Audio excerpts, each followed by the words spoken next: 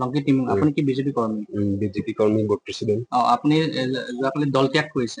যোৱাকালি দল ত্যাগ মানে মই ৰাতিপুৱাৰ পৰা সন্ধিয়ালৈকে একো কথা নাজানো পাৰ্টি বিষয়লৈ, কিয়নো মই প্ৰত্যাগ কৰিবৰ কাৰণেও নোৱাৰো, কিয়নো মই 2013 পৰা যিটো নেকি বিজেপিত কাম কৰি আহিছে। আপোনাৰ চহী আছে এখন যিখন পদত্যাগ এইটো নকল কৰিছে, মোৰ চহী নহয়।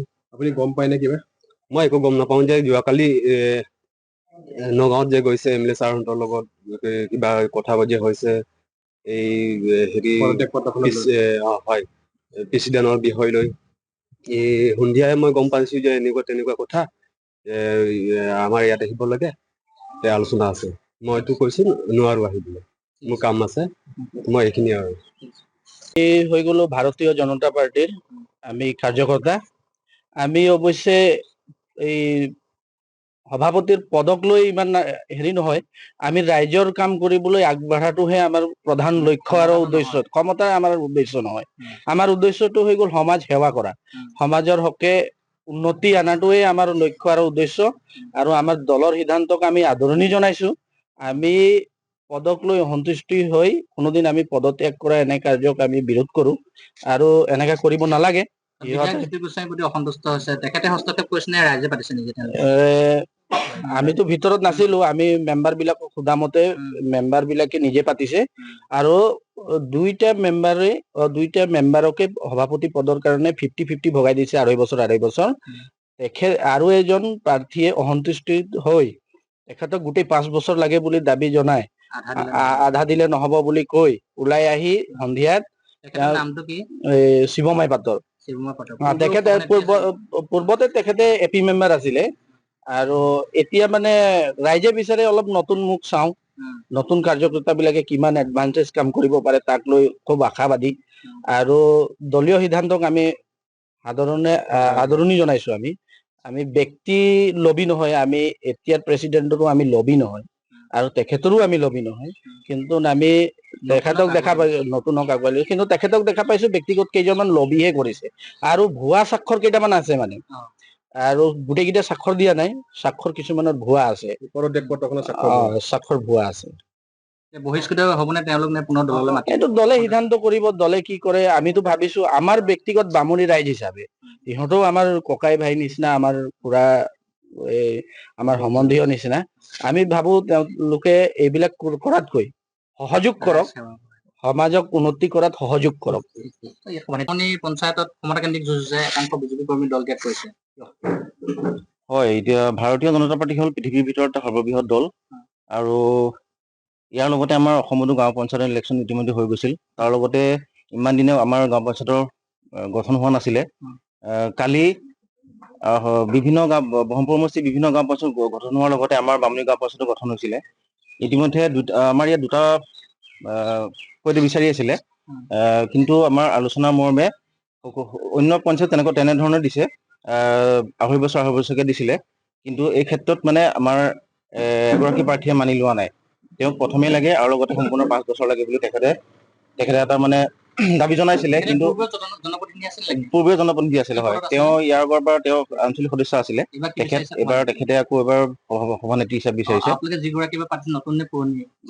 তেখেত প্ৰথমবাৰ কাৰণে প্ৰতিনিধি হৈছে, হয়। আৰু ইতিমধ্যে আমাৰ কথাটো হ'ল কি, আমাৰ বামুণী গাঁও পঞ্চায়তৰ বিভিন্ন জাতি জনগোষ্ঠীৰ মানুহ আছে ইয়াত, আৰু আমি সকলোৰে প্ৰতি দৃষ্টি লক্ষ্য ৰাখিব লাগিব। কাৰণ আমাৰ ইয়াত আমাৰ জনজাতীয় মানুহ আছে, আমাৰ মুছলিম সম্প্ৰদায়ৰ মানুহ আছে, আমাৰ তিৱা আছে, কাৰ্বি আছে, বড়ো আছে, আদিবাসী আছে, আদিবাসী হিন্দু আছে, আদিবাসী খ্ৰীষ্টান আছে। এইবাৰ আমাৰ সিদ্ধান্ত হৈছে যে আমাৰ দলীয় মহলে আৰু তথা আমাৰ বিধায়ক মহোদয়ে সিদ্ধান্ত লৈছে যে আমাৰ এইবাৰ সভানেত্ৰী হিচাপে আমাৰ আদিবাসী খ্ৰীষ্টীয় সম্প্ৰদায়ৰ মানুহক তেখেতসকলে বা আমিও জনাইছিলো যে দিলে ভাল হয় বুলি, এটা বেলেঞ্চ থাকে গাঁও পঞ্চায়ত ক্ষেত্ৰত আৰু মানুহখিনিৰ সমিলমিলৰ ক্ষেত্ৰত। সেই মৰ্মে আমাৰ দলীয় সিদ্ধান্ত এটা সঠিক সিদ্ধান্ত লৈছে। আৰু এই ক্ষেত্ৰত তেওঁলোকে কেইজনমান সমূহীয়া পদত্যাগ বুলি ইতিমধ্যে সমূহীয়া পদত্যাগ কৰিছো বুলি কৈছে। কিন্তু আচলতে সমূহীয়া পদত্যাগ নহয়, কেইগৰাকীমান অসন্তুষ্ট ব্যক্তিয়ে তেওঁলোকে পদত্যাগ কৰিছে। ৱাৰ্ড সদস্য নে কৰ্মীহে? তেওঁলোক কৰ্মীও হয়, ৱাৰ্ড সদস্য নহয়। ৱাৰ্ড সদস্য এজনো তেওঁলোকে পদত্যাগ কৰা নাই।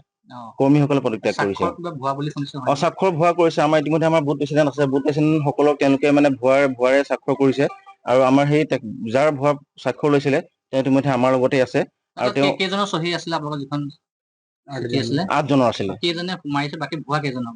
ভুৱা ইতিমধ্যে আমাৰ বুথ প্ৰেচিডেণ্ট 2জন আছিলে, বুথ প্ৰেচিডেণ্ট 2জনেই ভুৱা হৈছে, বাকীসকল কৰ্মী তেখেতসকল কাৰ্যকৰ্তা আছিলে। তেওঁলোকক কি দল ত্যাগ কৰি বহিষ্কাৰ কৰা হ'ব নেকি? বহিষ্কৃত ইতিমধ্যে আমাৰ দলীয় সিদ্ধান্ত মৰ্মে আমাৰ দলে যি সিদ্ধান্ত লয় আৰু আমি ভাবো যে তেখেতসকলে দল ত্যাগ কৰিব নালাগে। এটা তেখেতসকলৰ মন অসন্তুষ্টি হৈছে, এটা আলোচনা মৰ্মে এই এটা সিদ্ধান্তত আহিব লাগে আৰু দলটোক আগুৱাই লৈ যাব লাগে। আৰু মই এইবাৰ বামুণী গাঁও পঞ্চায়তৰ সভানেত্ৰী হিচাপে মই আছো এইবাৰ নতুনকে। আপোনালোকৰ পঞ্চায়তক লৈ পেলাই বিতৰ্ক হৈছে, আপোনাৰ সভানেত্ৰী পদলৈ কাৰণ দল ত্যাগ কৰিছে, কি ক'ব? যিহেতু বামুণী গাঁও পঞ্চায়তত 10 গৰাকী মেম্বাৰে চিলেক্টেড কৰিছে, তাৰে ভিতৰত মেম্বাৰে মানে 2জনীক মানে সভাপতি হিচাপে আমাক 50/50 কৰিছে। যিহেতু মই যেনে আমাৰ আগত যোৱা 5 বছৰ কাৰ্যকালত আমাৰ বাইদেউজনীৰ নাম হৈছে শিৱমাই পাটৰ।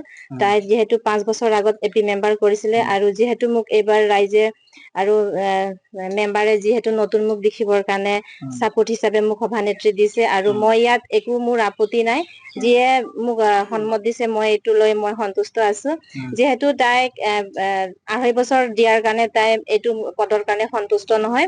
তাই 5 বছৰ তেওঁ কাৰ্যকাল কৰিম বুলি নিজকে মানে দাবী আনিছে বা কৈছে আৰু আমি যিটো দলীয় কৰ্মীকেইটা সিদ্ধান্ত আৰু যিটা মেম্বাৰে চিলেক্ট কৰা মতে মই সন্তুষ্ট আৰু তাই এইটো কাৰণে আৰু তেওঁৰ দলীয় কৰ্মী যিকেইটা আছিলে তেওঁলোকে মানে সন্তুষ্ট নোহোৱাৰ কাৰণে বাকী কেইজনী তেওঁলোকে দলীয়ৰ পৰা তেওঁলোকে পদক্ষেপ দিছে। যিকোনো খবৰৰ বাবে যোগাযোগ কৰক 7099017330 লগতে 7099017110 নম্বৰত।